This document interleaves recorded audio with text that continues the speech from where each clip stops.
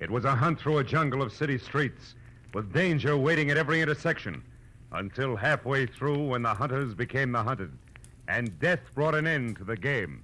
From the pen of Raymond Chandler, outstanding author of crime fiction, comes his most famous character as CBS presents The Adventures of Philip Marlowe.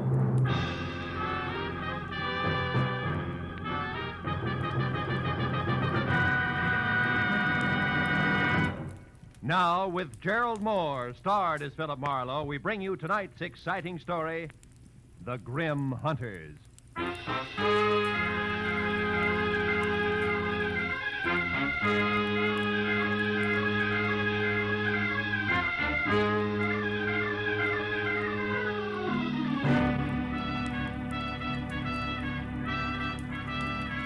The morning paper had headlined prices rising. My bank statement in the afternoon mail had warned balance falling, and I had wasted the evening on behalf of a client who ran out on me when I tried to collect. All of which added up to the end of the day and me unhappy in my office at 10 p.m., with one hand on my checkbook and the other one raised in almost solemn oath. I, Philip Marlowe, private detective and too often public servant, hereby resolve to one way or another jockey my budget into something close to equilibrium. And from this day Hello. Marlowe speaking. My name is Helen Palmer, Marlowe. I need your help badly. Yeah, but look, I'm up at 8700 Magnolia Terrace in the Hollywood Hills. Now, please, drop whatever you're doing and... No!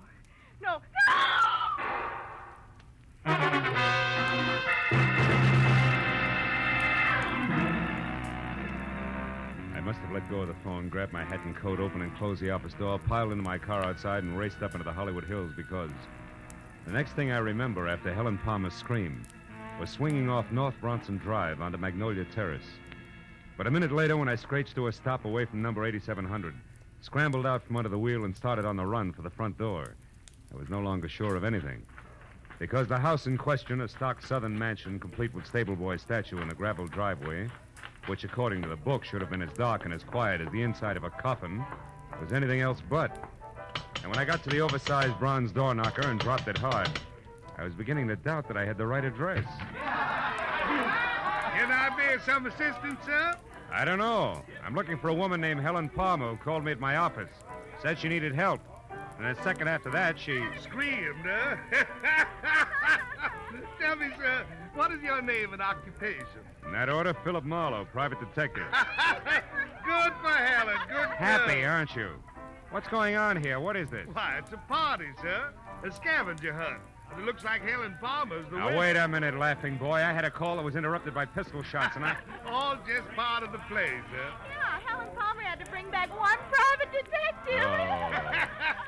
Yeah, you see, Marlowe, each list, aside from the usual hard-to-find objects, had a human being on it. That's right. I had to bring back a Hoover vacuum cleaner salesman, and believe it or not, he's already sold our good host, Thaddeus Grover, the deluxe model. Yes, sir, he did it bad. You see, Mr. Marlowe, Helen Palmer wasn't permitted to actually hire you. That's why she had to pretend to be in trouble. With the net result that I nearly broke my neck getting up here. Mr. Grover, where is Miss Palmer? Well, I don't know for sure, Marlowe. She called just a bit ago and said that she only had to catch on to you and one other item and would be back after that. Which makes her the winner, Mr. Marlowe, because none of us did better than half our list. By the by, you don't happen to have the breech lock of a 57-millimeter anti-tank gun with you. At the moment, no. Nor do I have time for scavenger hunters. Not even when they most cordially invite you in for the finest serving of party-style Southern fried chicken imaginable? Come on, Mr. Marlowe. No, I'm sorry. Come on. Well, come on. It's delicious chicken. Well, okay, the chicken did it. The inside of Thaddeus Grover's house was also stock southern mansion from a giant cut glass punch bowl. Belonged to my mother, sir, First Lady of Atlanta, Georgia, sir, to a wide and winding colonial staircase. It left you expecting the descent of Scarlett O'Hara at any moment. There was one strange note in the soft southern surroundings. Piled 3 feet high in the middle of the room were the crazy quilt results of the evening scavenger hunt, including a wooden cigar store Indian, a pair of Hickok suspenders from the local fire chief, one red motorcycle, a stuffed owl, a set of antlers, and more. And behind all that, my counterparts, the bring-em-back-alive items from each list. A streetcar conductor in uniform, a waiter bald and under 40, a school teacher red-headed and over 50. But I was the center of attention. But Thaddeus introduced one after another of the guests to the genuine, 100% non-shrinkable private detective. And now, Mr. Marlowe, sir, a very special friend of mine. At 31, sir, the president of Sample and Claiborne, best building contractors in the city of Los Angeles. Oh, that's so very interesting, Mr. Grover. Yeah, moreover, Mr. Marlowe, Sample made it right to the top in the past 2 years. Uh-huh. Yeah, ever since old Joshua Claiborne got killed falling off a scaffold. He did. Of course, between you and me and the gatepost, some folks say it was suicide. But... Oh, Larry, boy, I'd like you to meet Mr. Marlowe, private detective. Mr. Marlowe, Larry Sample. How do you do? Hello, Mr. Marlowe. Glad you're with us. Thaddeus, has Rhonda called in yet? Last time I heard from her was when we split our list in two, and she headed out after a Latin American rumba team. Well, if she went after a boy, she'll bring her back. That's Rhonda Langley we're speaking of, Mr. Marlowe, Larry's lady friend. Oh? Nicest person I know.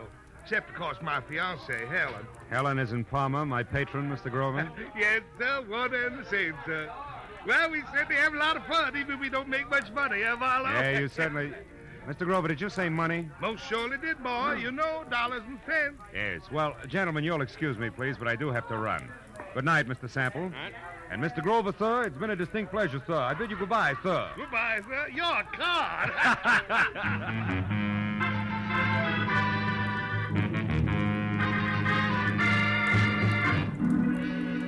When I got back to my office, which I had left lights on and unlocked, my telephone was ringing. At this late hour, gullible me took faint hope that it could be a client who might still save the day. When I picked up the receiver, Marlowe? I let go of that straw fast. Marlowe. It was Detective Lieutenant Ibarra. Marlowe, do you know a girl named Helen Palmer? Hey, Ibarra, don't tell me there's a pair of somewhat flat feet on the ladies' scavenger hunt list. Very funny, Phil. How do you know her? No, not beyond a panic telephone call that ended in a make-believe scream and a couple of pistol shots. All designed to bring me running to a party at 8700 Magnolia Terrace. Mm-hmm. Well, that adds all right, because the only items not checked off a list are a night watchman's badge and one detective private, which must be you, since your name is circled in the classified directory here in this phone booth. You're in what phone booth? Where are you, Ibarra? At a closed filling station on Van Ness off Hollywood Boulevard. Yeah, but wait a minute. Why is the girl's list there with you? Because it's clenched in her right hand, Phil. And she's folded up on the floor of this booth. Dead. Oh, no. 2 bullet holes in her back. Oh, yeah, but Ibarra, her call was a gag. The shots weren't. Anyhow, it looks like a stick-up since the lady's purse is gone and a wino we picked up. A wino we picked up saw what he calls a curly-headed guy with short legs do it and run. Also, the wino says that the murderer had been hanging around for a couple of hours like he was looking for a well-to-do prospect. Yeah, I know, but it's still kind of strange. Me getting that call, I mean. Well, I'll drop around to headquarters tomorrow morning, Lieutenant, if you need any statement from me. I think you'd better make that tonight, Phil. At the 8700 address. I'm sending Mooney up there now. Oh, but wait a minute, Ibarra. You don't need me, and I do need business. If you think I'm going to get it by... Phil. Huh? Phil, let's say that I'd appreciate it if you'd show for a few minutes. Okay? No. Well, okay, a few minutes. Just so long as you appreciate it. Goodbye.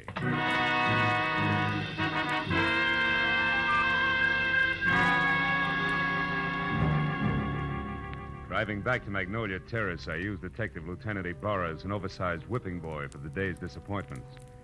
So when I finally braked to a stop behind a half-parked squad car, which meant that Police Officer Mooney was already on hand, I was about back to normal.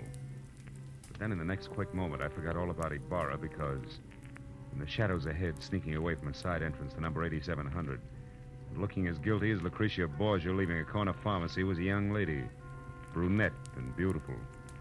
She hurried directly to a gray Nash parked in the rear and, without looking back, climbed in and took off. Following her had to be more fun than conversation with Mooney.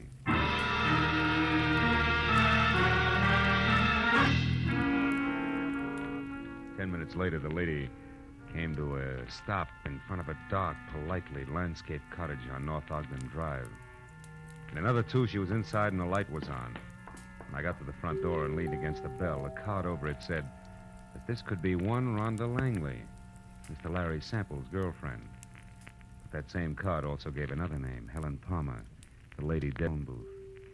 I rang again. When the door opened, it was the brunette, still beautiful. Only this time, something had been added. In her right hand, a .45, ugly and pointed straight at my head. What do you want? One straight answer, Miss Langley. Why did you run away from 8700 Magnolia Terrace? And a cop with routine questions. Wait a minute. Who are you? How do you know my name? I'm a private detective labeled Philip Marlowe. Item number 8 on the late Miss Palmer's list. And I know about you because I've already been to Thaddeus Grover's party. Now, after you put this gun away, we'll get back to my question. Why'd you run? Come on, talk, lady, now before I yell copper. Well, all right. Come in. Thanks. Mr. Marlowe, I don't think Helen Palmer's murder was any run-of-the-mill robbery. You don't think what?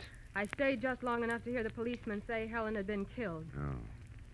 When I got to your welcome mat, I was greeted with a .45. Talk some more, Miss Langley. Real plain Well, all like, right, huh? give me half a chance, will you? I didn't say anything to the police about this because I don't want to do any damage before I'm sure about a few things. Like what? Like the kind of a mess that Helen was in. Mr. Marlowe, I need help. I've got to know some facts. Please, will you work for me? I'll pay you anything.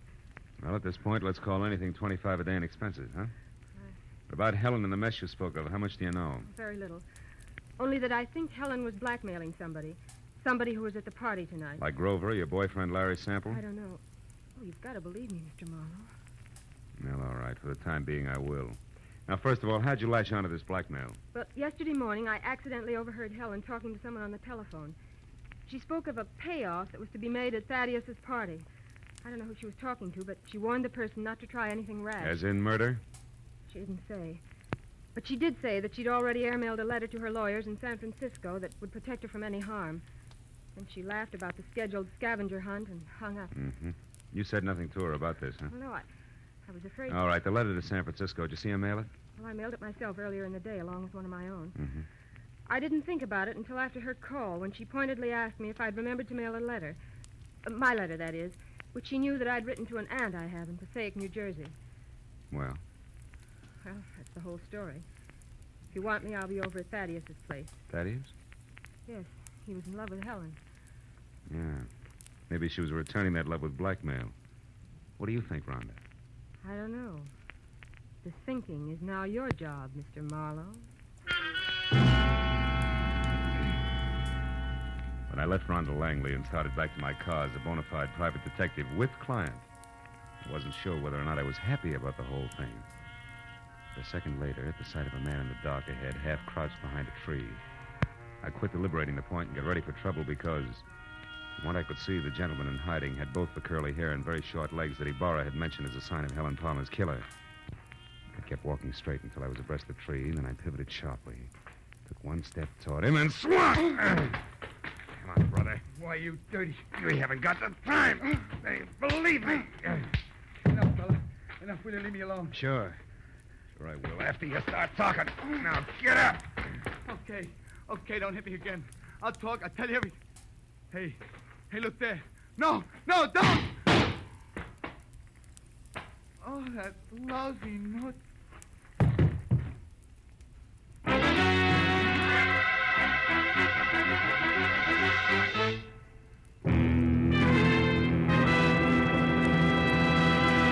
In just a moment, we will return to the second act of The Adventures of Philip Marlowe. But first, you can do a lot of singing for $14,500, so they say. And tonight, some CBS listener may be able to speak with authority on the subject because $14,500 is what's waiting for whoever can solve the mystery behind the new Phantom Voice on CBS's great Saturday night quiz game, Sing It Again. Listeners from coast to coast will be quizzed by telephone about the new Phantom's identity. And they'll also be given a chance to win one of the other famous prizes for solving the riddle songs which feature Sing It Again's hour of Saturday night fun. Here's Sing It Again on most of these same CBS network stations tonight and every Saturday night. Now, with our star, Gerald Mohr, we return to the second act of Philip Marlowe and tonight's story, The Grim Hunters.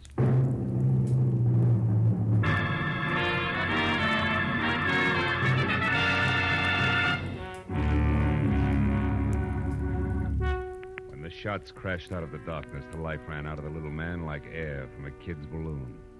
I couldn't figure exactly where the shots had come from, and I stopped trying when a pair of spiked heels clicked fast across the concrete driveway between me and the house. Then a motor started, and a second later, a car roared by with Rhonda Langley at the wheel. I yelled at her to stop as she went by, and ran out in the street after her and yelled again at the retreating car. But she ignored me. When another car came around the curve behind me, I tried to flag it down, but the driver didn't even slow up. So I just stood there while the two cars twisted out of sight down the winding street, leaving nothing but silence and a lot of unanswered questions hanging in midair. I walked back to the corpse, went over it carefully. But there was no identification, nothing but a gun to indicate how he fitted into the screwy mosaic of murder, scavenging, and blackmail. I went inside to call Ibarra, and 5 minutes of tracers, relays, and busy signals went by before I finally got through to him with my news about Helen Palmer's killer. What? Where are you, Marlowe? In a house on Ogden Drive, 4310 North. Was shared by Helen Palmer and my new client, Rhonda Langley. Uh-huh. Did she kill my suspect, Marlowe? Could be. She left here in a big hurry. Another thing, Ibarra, there's more behind this business than robbery. Like what? Like blackmail. Maybe so. We just found the Palmer's girl handbag in a trash can. Nothing left but a lipstick and 2 letters. Incidentally, one is addressed to your client, Rhonda Langley. That figures. I shared the house, so Helen happened to pick up the day's mail. What's the other letter? It was one returned for insufficient postage. They forgot that airmail is 6 cents these days. Return. Wait a minute. Is that letter addressed to a law firm in San Francisco? No, it's addressed to Sophie Kilberty. Sophie Kill who? Kilberty of Passaic, New Jersey. Why? Well, Ibarra, listen. Helen was blackmailing somebody, and she covered herself by mailing a letter to her lawyers in San Francisco. Mm-hmm. If that letter was returned for insufficient postage and the blackmail victim knew it, he'd have no qualms about killing her, right? Sure, but the letters were in Helen's purse. Oh. Don't you think she'd have known her protection was gone? Phil, I'm going to put out a pickup call on your client. And you get on down here so we can go over this mess one step at a time. Where's here? Still at the gas station on Van Ness off Hollywood Boulevard. Okay, Ibarra. How long are you going to be there? Just until Thaddeus Grover shows up to identify the body and give me some answers personally about that scavenger hunt he threw tonight. What about this curly-headed corpse I've got here? Have you gone over him? Yeah. Nothing but a gun and some small bills on him. Then he'll keep. I'll expect you in a few minutes. Okay. So long, Ibarra. When I put down the phone, I was convinced that a big switch was due any minute because finding those letters in Helen Palmer's purse made a lot of sense in one direction and not a bit in another. I could have made more heads and tails by flipping a ball bearing than I got out of the facts Ibarra had given me. Just then, the shadow of a man slid up the walk. I heard a pair of feet mount the stairs, 2 at a time. It was the Wonder Boy executive I'd met at the party. Better hold it right there, Sample. What? Marlowe. Why the gun? So the same thing won't happen to me that happened to the dead little guy outside? Another murder? Marlowe, where's Rhonda? Is she all right? She left here as fast as an 8-cylinder motor wide open could move just after it happened. Then it was Rhonda I saw. On my way over here, a speeding car almost crowded me off the road. It looked like Rhonda's, but I wasn't sure. And Marlowe, she was being chased by another car, a fast one. Chased, are you sure? Yes. The first car missed me by inches when it swung around a curve. I don't know yet how she made it. Then a second car came along and passed the curve, but it stopped, backed up, and then took the same road Rhonda had taken. You think she got away? I don't know. Well, come on outside, Sample. I want you to take a look at this. By the way, how long have you known Rhonda? About a year. Mm-hmm. She's a brilliant girl, Marlowe. Came out from the East, and I gave her a job as my secretary. She's more than that now, huh? I'm in love with her, if that's what you mean. Yeah. Oh, here it is. Well, Marlowe, I know this man. That's Nate Murdoch. He used to be a foreman with our firm. He left and went back to Atlanta right after Claiborne's death. Atlanta? Isn't your host Thaddeus Grover from Atlanta? Yes, he is. Oh, brother. When did you see Grover last? Well, the police asked him to go and identify Helen's body. He left the party while the officer was still questioning the rest of us. Yeah, and on the way, he could have taken time off to drop by here, kill Murdoch, and make a try for Rhonda, too. Come on, let's get to the phone. But why, Marlowe? Good heavens, Grover's our friend. He and Helen were engaged to be married. All right, so it doesn't make sense. But his fiancée and his short friend from Atlanta are both dead. And Rhonda's burning the tires off a car to keep out of reach. Those are the facts. It'll make sense later. I'll call Grover's place and hurry up. Yes. That's where she intended to go when she left here, to console him, no less. Scavenger hunt my Aunt Minnie. Hello? Hello, is Mr. Grover there? No? Well, has Miss Langley arrived yet? Oh, it's the maid, Marlowe. Mm-hmm. Rhonda had... What's that? She's coming up the walk now? Hold the line a minute, please. She just got there, Marlowe. What'll I tell her? Tell her to leave again. Tell her... No. Where do you live? 4406 Ardmore. All right. Tell her I said for her to wait outside in the back of the house until you can get over there to pick her up. Take her to your place, and I'll pin Grover down. Right.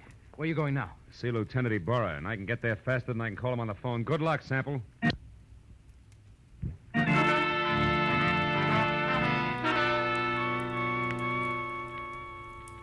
Sample was repeating my name over to Grover's maid on the phone as I left.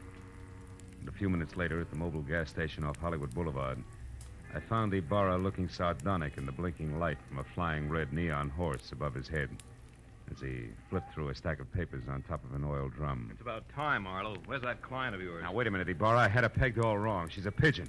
Has Thaddeus Grover been here yet? Just left. He's quite a character, that guy. You didn't let him get away alone? Yes, he was... What do you mean, get away? Ibarra, there's a big connection between Thaddeus Grover and Murdoch, the guy who killed Helen. Now, Grover might have hired him for the job, and now he's trying to get Rhonda. Now, Marlowe, how does that figure? It doesn't, but so help me, Ibarra, that's the way it is. Well, Grover was heading for his friend Larry Sample's house when he left. Happened to know where Sample... Holy smoke, that's exactly where I told Sample to take the girl. 4406 Ardmore. Well, that's great, Marlowe. They'll all be together in one place. I'll pick up the whole crew in right now. You're going to pick up the pieces, you mean? You think there'll be a showdown? Any minute, Ibarra, it can't miss. Okay, so we'll take some firepower along. Hemigala, Gray, let's go. Come on, Phil. Now, look, Ibarra, maybe Sample hasn't gotten home with Rhonda yet. I'll go up to Grover's and try to head them off, okay? Okay, Marlowe. But if you get them before I do, bring them in, and no alibis. I'll see you.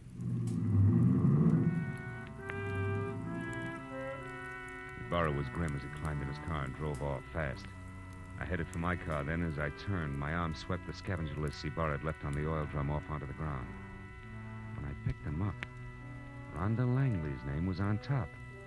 Her list was as goony as the others, but near the bottom was an item strangely familiar to me, which hadn't been checked off. It was a canceled ticket from Woodhaven Ballroom. All at once, I realized why it was familiar. The sign I'd been half conscious of on top of the big squat building across the street read, Woodhaven Ballroom, closed tonight. On a hunch, I dug for Helen Palmer's list. Yeah, Ibarra was right. Everything but a night watchman's badge and one detective private had been checked off. And that gave me half of the switch I knew I had to show up. I ran to my car and headed for that southern mansion in the Hollywood Hills, the end of a very complicated frolic. And with every turn of the road, I gave myself another whack for being such a nearsighted sucker. When I got there, the big house on Magnolia Terrace was dark, except for a light in the servants' quarters. I stepped down the block, walked back, and edged around to the patio where the garage, the hothouse, and the king-size barbecue loomed only as shapeless lumps of shadow. I stood still and watched. Then I saw him move, walking slowly, gun in hand along the fence toward the hothouse. I started toward him quietly, just as he found out what he was looking for. Oh, you're clever, my dear. But it's all over now. I know you're in there, so come on out with your hands up. Oh, no. You're hanging yourself for murder right now, Larry Sample. I've got all the proof I need. I don't know what good it'll do you, Rhonda. I'll never pay you a cent for it, you blackmailing tramp. I'll kill you first. And that protection letter you wrote to your lawyers was returned, darling. I found it accidentally in Helen's purse tonight at the party. So no one will know. Now, come on out, or I'm going in after you. I wouldn't try that if I were you, Sample. Marlowe's due here any minute now. He called me and told me. That was I, dear. You? I used his name when I talked to the maid. Oh, I should have done this myself in the first place instead of trusting that stupid Murdoch. Are you going to come out of there? No, and I've got a gun. You can't see me, and I know it. But your white dress makes a perfect target, you little fool. Drop it, Sample. Oh. Now let's have that gun. Marlowe, I'm glad you got here. No, he's not dead. Oh. And he won't be from bullets. Give me your gun, too, huh? Come on. All right. I was too scared to use it anyway. Thanks. Now sit down and shut up. We're going to wait for Lieutenant Ibarra, then you're both going to the pokey. What? But... Listen, you, I don't go for blackmailers, male or female. Even the cute ones are ugly, lady. Very ugly. No, Phil, wait. You've got to understand something. 2 years ago, Larry Sample killed his partner, Joshua Claiborne. I knew it, but I couldn't prove it. So I pretended I could and blackmailed him. Don't you see, if he paid off or tried to kill me, that would be proof of his guilt. And he did, Marlowe. Mm-hmm. Why should you pull a stunt like that? I'm a divorcee, Marlowe. Langley is only my married name. Okay, so what? My maiden name was Claiborne. Claiborne? I'm Josh Claiborne's daughter. Oh. And I can prove that. Is that reason enough? Well, why didn't you level with me instead of labeling Helen a blackmailer? Helen was already dead, and I needed your help desperately. I thought I had to lie to get it. Okay? Yeah. Okay, baby.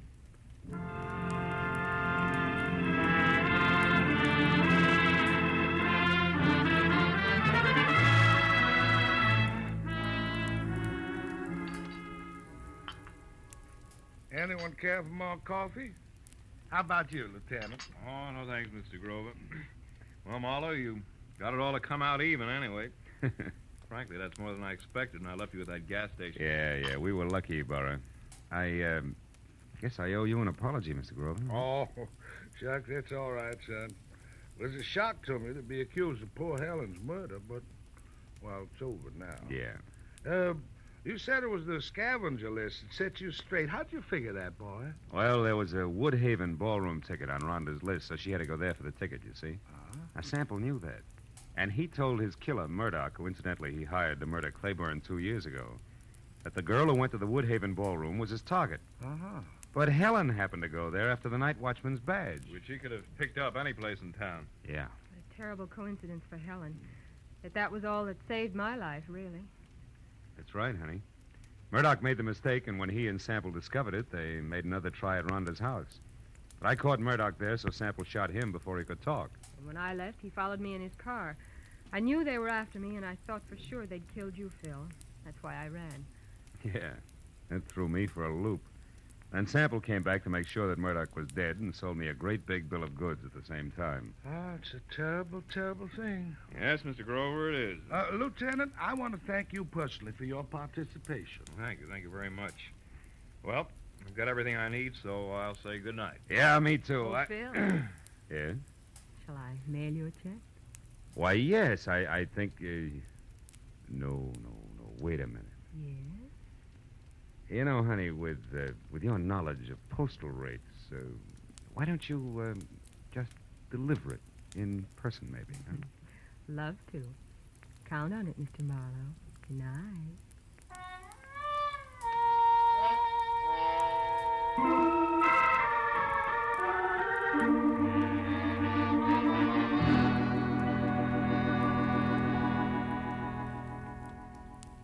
I drove down from the Hollywood Hills with a check warming my wallet and the echo of a soft invitation warming my imagination. You know, that was quite a party at Grover's house. Scavenger hunt. People determined to have a good time even if it killed them. You know what? It did. I know another game. Associations. It goes like this. Grover's party. Rhonda Langley. Rhonda... Date. I wonder if she likes baseball.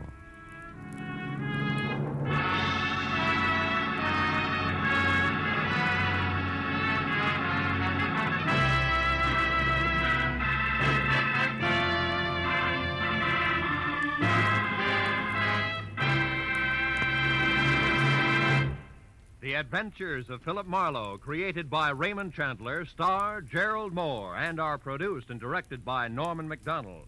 Script is by Mel Donnelly, Robert Mitchell, and Gene Levitt. Featured in the cast were Ellen Reed, Mary Shipp, Jack Moyles, Richard Benedict, and Lorette Philbrandt. Lieutenant Detective Ibarra is played by Jeff Corey. The special music is by Richard O'Runt. Be sure and be with us again next week when Philip Marlowe says... They were born on the same hour on the same day of the same parents, and they were identical in beauty and talent.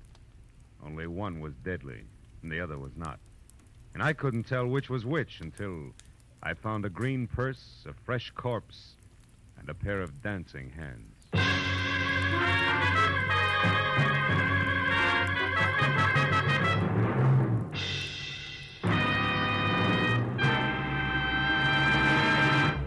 If you happened to miss Jack Benny's hilarious show last week featuring the Ronald Colemans, you missed the laugh treat of the year.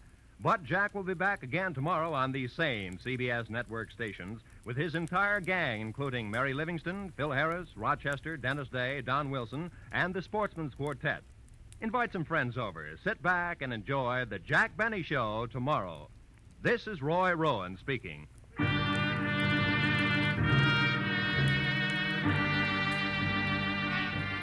This is CBS, where 99 million people gather every week, the Columbia Broadcasting System.